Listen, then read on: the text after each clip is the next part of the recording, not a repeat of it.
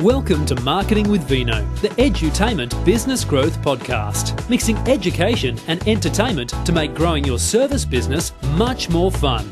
Your hosts, Quinton Venter, online marketing expert, and Gabby Kowalski, creator of the Business Freedom Formula, have a glass of wine and share powerful and up-to-date strategies to help grow your service business fast. Hey guys, welcome to episode 5 of Marketing with Vino. Today we're going to be talking to you. Oh, by the way, I'm Gabby Kowalski, and with me I've got Quinton. Hey guys. Awesome Quinton.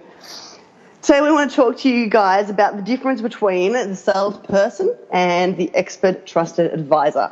Sounds awesome. I think we're forgetting a step. What are you sipping on? Oh, good one. Well, it's funny you should say that. I'm still continuing to drink the Sauv Blanc from Oyster Bay. You know you may see it. You may see a lot of this one. I'm going to send you a case of that because you seem to love that wine. Thank you. I'll hold you to that. Everyone that's listening, Oyster Bay Sauv Blanc for Gabs. Oh, I really do. It's my go-to. Yeah, awesome. But when all fails, that one always works. And yourself, what are you sporting? Well, I'm still sticking with the South African. However, I've got a Riesling from Stellenbosch. So a different region. And yeah, it's beautiful. It's actually fitting in well with the event that I went to for the Summer of Riesling. So, yeah. Yeah, so if you guys missed the last podcast, Quinton's now becoming an expert of wine, so he can, really give you the review that you deserve. That is what the show is all about. The better wine, the better show. Nothing to do with having your business grow. It's got everything to do with wine and which wine you should drink. Well, we could make a show based on which wine delivers the best show. And that could be something. So yes. I'll keep doing reviews. You guys keep on voting.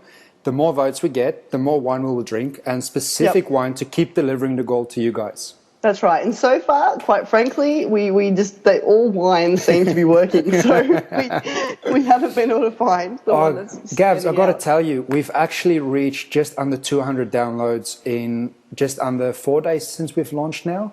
And that is absolutely phenomenal that we seem to be really servicing our market for the amount of engagement that we're getting with this podcast. So the audience that is currently listening, thank you guys. You guys are awesome. You rock. And we really hope that you're implementing all of the gold that you're learning in here. Oh, seriously, guys, thank you. It means the world to us. We just love this. Just before we press record, I was saying to Quinton, I love podcasting. So previously, creating video blogs, and the key with video blogs is to have a video that's roughly between 2 and 5 minutes, ideally 3. And oh my God, it's so hard for me to stick to that time frame. I'm like, but I've got more to say.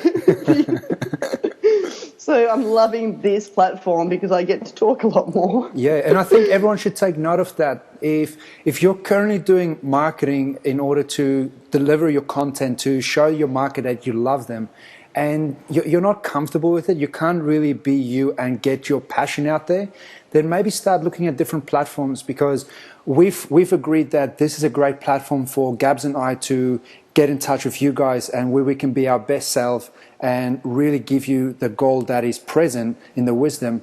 But if you're feeling that you're limited, that if you struggle to write, or you're struggling to be in front of the camera, podcast is amazing. Although we're in front of a camera watching each other speak, it's just the audio that you guys get. So really start fine-tuning it where you feel comfortable. Be you, be that character. People will love you for it, and keep being awesome.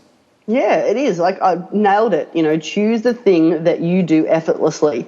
Quinton and I are really good at talking and drinking wine.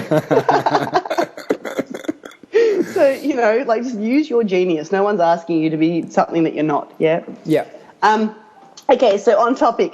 So, the other day I was talking to one of my clients, and he says to me, Gab, I've just realised I've hit a bit of a sort of a wall with my business, because I've developed this aversion to sales. To be honest with you, I freaking hate salespeople. Yeah. And I'm finding it hard to sell in my own business.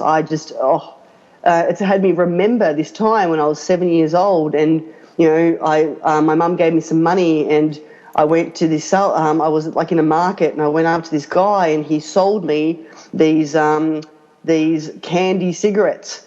And I gave him all my money, and I took the candy cigarettes and I brought them back, and my mum tore shreds through me and said, I can't believe you just spent $5 on this junk. You know, you could have bought a kilo of lollies for that. I worked so hard, you know, to put bread on the table and to give you stuff, and you just wasted it. And then his dad tore shreds through him because the mum was upset. And then he went back to the salesperson and said, I'm going to return these because my parents aren't happy with me. And then the salesperson tore shreds through him.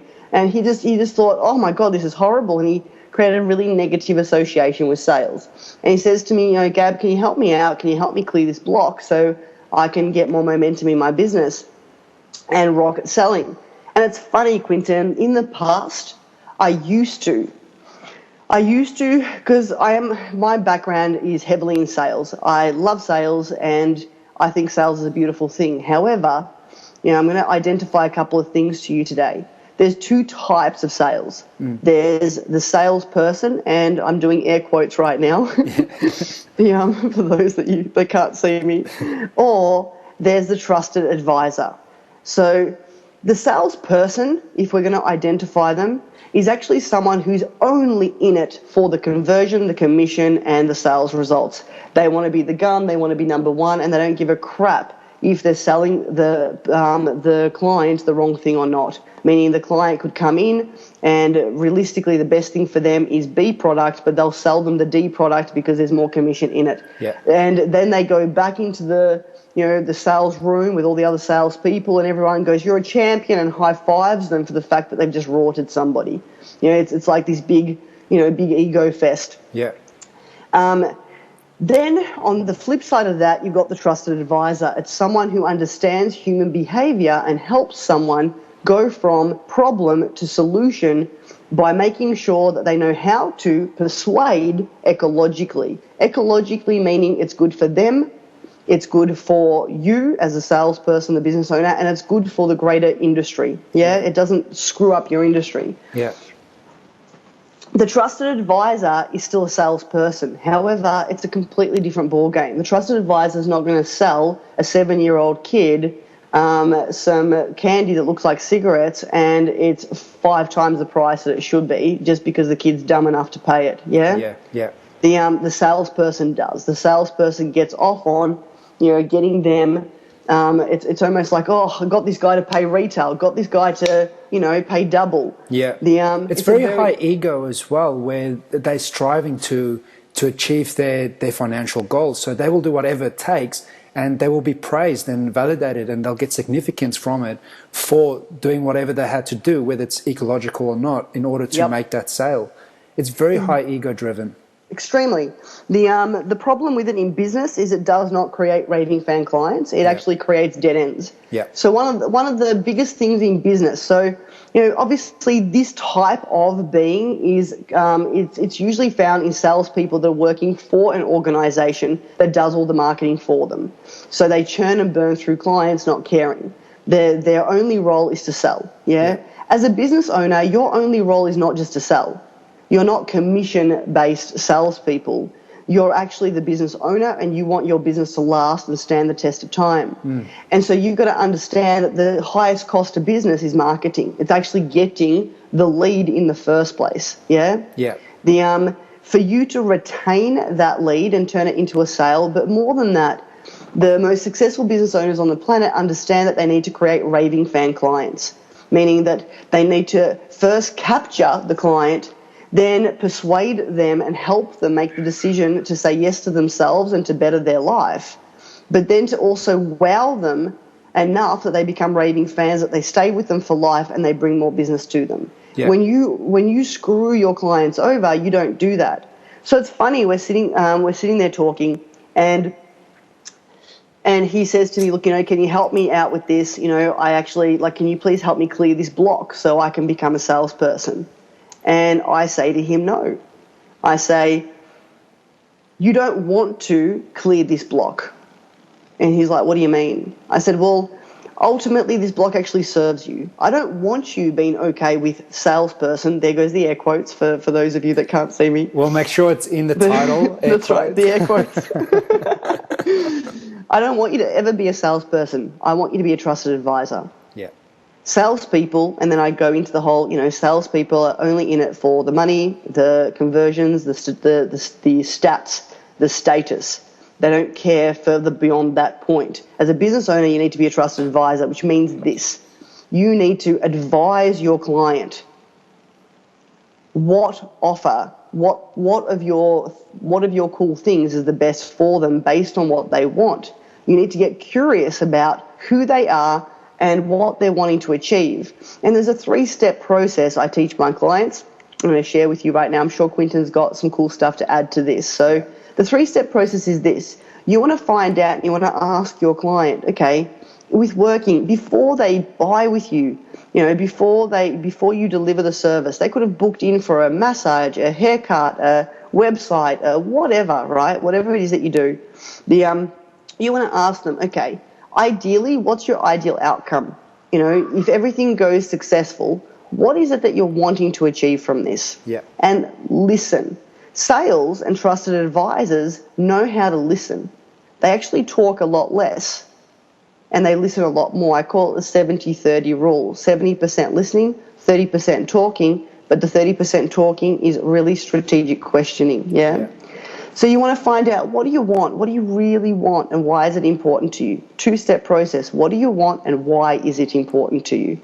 That, if you're an expert, will give you the insight into, can you take them there? Yeah. If you can't take them there, then you don't sell them a thing. You refer them to somebody else that can help them.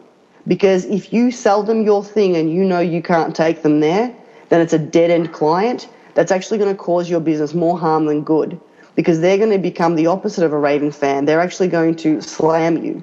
They're going to tell everybody that can listen that you are a fraud, that you suck, that you don't deliver, all of that stuff. It's not worth the quick money. You're sacrificing your reputation with you take on someone that you can't actually service, you can't actually get them to that outcome. And I think that's what people need to realize is your reputation is so important online, or even offline, that if you're damaging that for taking someone on just for a quick fix, you're doing long-term damage. Oh, it's brand suicide, quite frankly. So first up, find out, what do you want and why do you want it? And you want to know both. It's the I want X because it's going to give me this. Ah, cool. Why do you want to ask them that? Well, the what do you want is they'll tell you what they want and you need to be able to deliver it. If you can't deliver it, you shouldn't take it further. Yeah. Why do they want it? Will actually give you an insight into their character and have you identify if you want them as a client at all. So, for example, if someone came to me and said, I want to quadruple my income in business. Great. Why do you want it? If they say to me, because that means I'm actually making a bigger difference out there, I'm helping more people, I get to live an awesome lifestyle, walk my talk and, really live the dream, done. If they say to me, because I want more money, I want to buy myself a bigger house, if it's all like really selfish based, it's got nothing to do with their market, then I'm sitting there going, are you really the right person for me? And I will go deeper into finding out, is this person actually driven by mission or money? Yeah, because I don't want to work with you if you're driven just purely by money. Like, to me, that's a mismatch for my brand, yeah? So 2, what do you want and why do you want it? Then, once you've identified and had a chat about that, you ask them, okay, well, in comparison to that, where are you right now?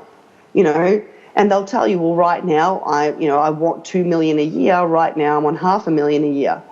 So that's a $1.5 million gap right there. So not working with me is costing you $1.5 million right now. Shit, it is too. Beautiful seed in selling, just so you know, but I've also identified a really expensive need for them. 2, I'll question, obviously everyone's business is different, yeah? So if you're a hairdresser listening to this and someone says to you, I want an awesome haircut that makes me look sensational, okay, well, how do you feel right now? I hate my haircut. I feel like a boy. then you identify the gap, yeah? You're identifying the gap of what needs to be done. So once you find out where they're at now in comparison to what they want, then you go into what's called their obstacles. So you want to identify, what do you think's holding you back? Why haven't you got it yet? And then they'll tell you. So, for myself and Quinton, because we're in the business niche, people will tell us things like, well, I suck at marketing, or I suck at sales, or whatever it might be, yeah? For your thing, it could be completely different. It could be, what are your obstacles? Could be, well, every hairdresser I've ever went to has burnt my hair and left me devastated. Yes. There's no good hairdressers that I've ever come across. They've all just sucked balls. So once you've identified their obstacles, you then, as an expert, can really quickly process and go, okay, you know what? I've got the right solution for you. And then you sell based on solution of linking it in, meaning that you go, okay, I've got this perfect thing for you. It's called blah, blah, blah. And what it is we're going to, so say we're using the hairdresser example. First up, I'm going to educate you on what's going to make you pop based on your face shape. Yeah. Then we're going to give you the right color. We're going to treat your hair and treat the damage. We're going to do all of this so you can, and you're always linking everything back to either their vision, or the obstacles they've faced. Well, you want to be in line with it so that you can get them to say yes. And as they say yes more often, it's the law of consistency. So they keep saying more and more yes frames. And therefore, at the end, it's almost a no-brainer because they've been saying yes, they want all of this. And your certainty is conveyed that you can help them get this. They'll say yes at the end. That's the sale. That's right. And provided your method is ecological, you deserve the yes. Yes. Yeah? So this is where it's where do you want to go? Why is it important to you? Where are you now? What have been your challenges so far? And then when you actually sell your cool thing to them, you link it into where they want to go and their challenges. So you tell them. So if it's the hairdresser, for argument's sakes, if the challenge has been that every single hairdresser's burnt my hair, then you'd say, okay, well, that makes sense. We're actually experts in fine hair and understand how delicately it needs to be treated. Yeah. So what we do is we slowly, gradually get you the right color so we don't leave your hair damaged. And what we're going to do is over the next 3 hairdos, we're going to get you looking phenomenal. Right now, the first one's going to get you like 80% there, and the other 2 are going to get you the last 20%. How does that sound?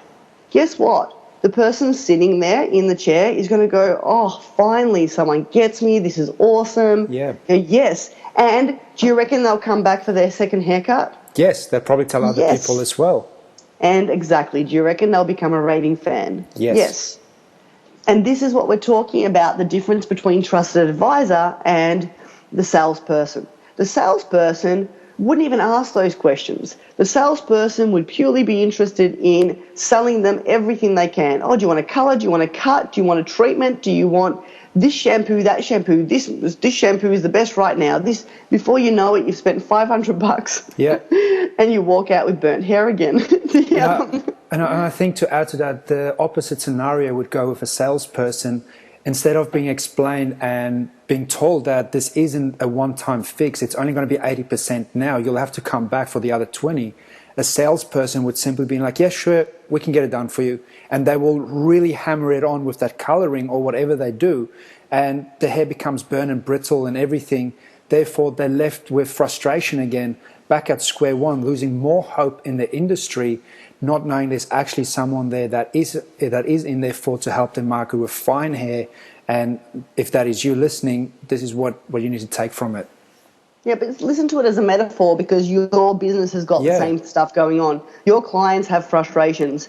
If you don't understand, so if you don't do your market research first and understand what are the fears and frustrations of your marketplace and what are their wants and desires, you're in trouble, because you will do dumb stuff like this. You'll overpromise and underdeliver thinking that that's what sales is. It's not. Sales is not overpromising. To be honest with you, it's funny. I teach my clients this and I walk my talk in this. I underpromise and overdeliver. I like that. To me, I learnt this years ago from one of my mentors. He said to me, Gabby, I've noticed that you're one of these people that just goes 100%. He goes, the best thing I can tell you is go 80% at first and build up to 100%. I'm like, what do you mean? He says, well, you can't maintain 100%. If you start at 100%, you've got nowhere to go. Yeah. But if you start at 80%, you've actually got room to continue, and then you can maintain your peak excellence. And it really blew me away. It changed my whole way of being. It was a never start at 100% in sales, in delivering your service, always come in at 80 and then up the ante. And even now when I help clients create their programs, their packages, just the other day I was talking to one of my clients who created an awesome program, like killer job. Em, if you're listening, well done, babe. And I actually said to her, like, this is awesome. This is such a beautiful package. She's a relationship coach, and she's put together this phenomenal thing called the Prime Partner Pyramid, where it's just brilliant. Anyway, we actually took stuff out of her package that she sells, and she's giving that purely as an add value after they sign up. So I've said to her, let's go in at 80%. Let's promise them 80% and then give them the other 20 when they're not expecting it. And this honestly works to create raving fan clients. Yeah. Does that make sense? Yeah. I'm not going to over-promise you, because as soon as I do, if I go in at 100% or 120, where most salespeople do, the trusted advisor goes in at 80, the salesperson, there's my air quotes, goes in at 120. Yeah. That's the difference. Yeah. You want to go in at 80% and then add more value when they're there, because then you're building up and you're eliminating any buyer's resistance, buyer's remorse. During their cooling off period, they're actually getting more and more and more and more and more, and they're loving it even more and more and more and more. And it's this beautiful, natural, journey. Do you get what I mean by client experience, natural journey of? Yes. It's like, they already think what you've sold them is massive value if you've done it right. So when you give them even more on top of that, they're just like, oh my God, you're a rock star. Yeah. And by the way, that's my experience of working with Quinton. Last year I hired Quinton to do a whole bunch of stuff for me online. Blew me away, over-delivered. This last year as well, I hired Quinton to do my Facebook advertising, and he's blown me away.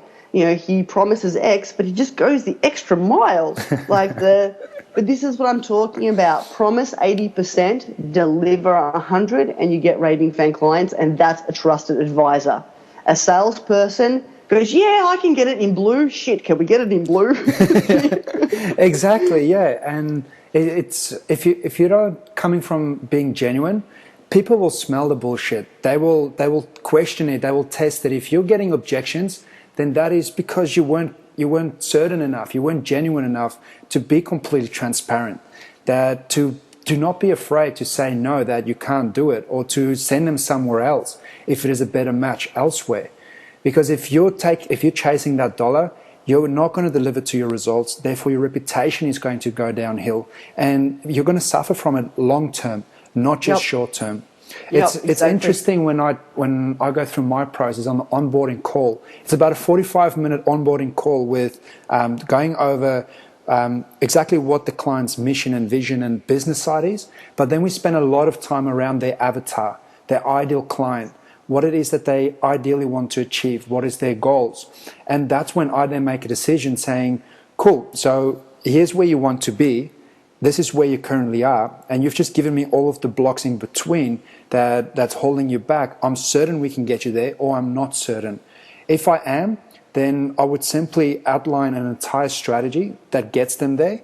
And if they want to have help with it, I'm here to help, or they can go on and do it themselves.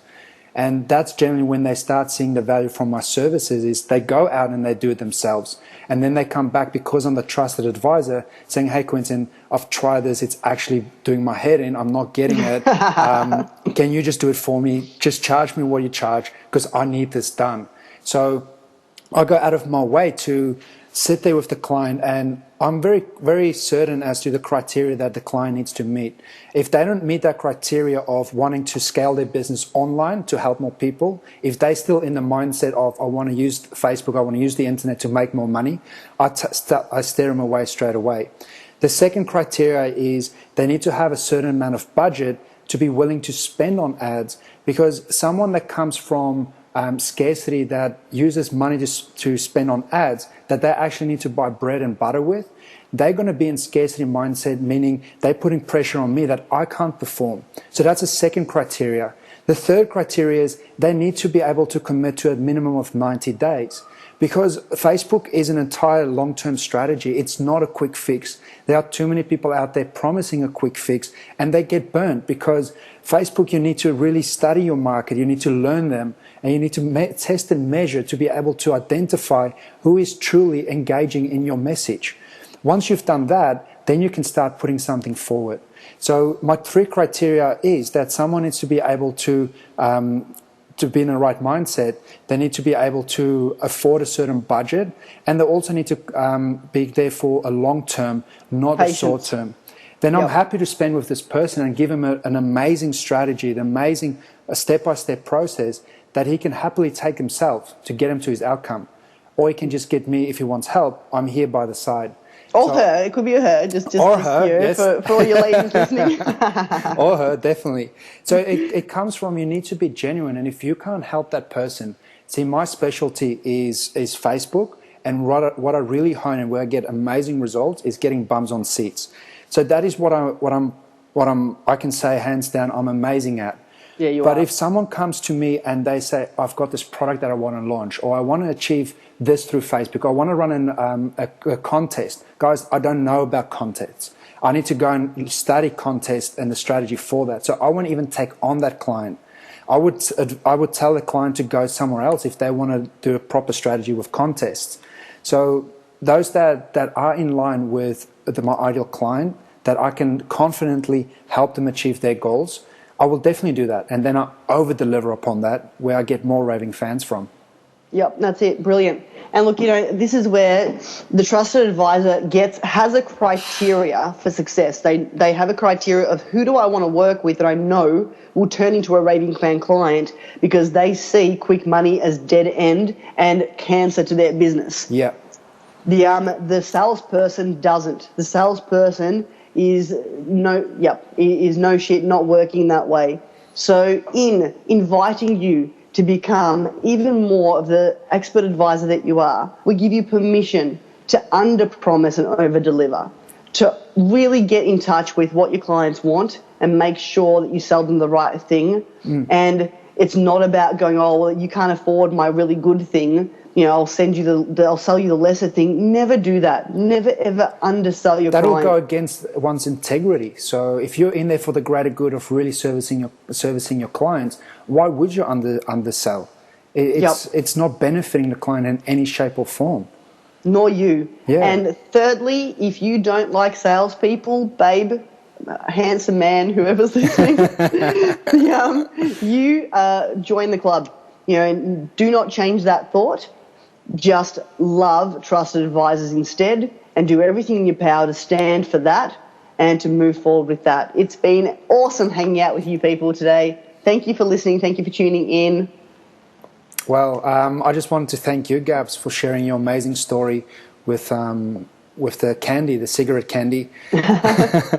Guys, don't buy cigarette candies. That's $5. It's a rip-off.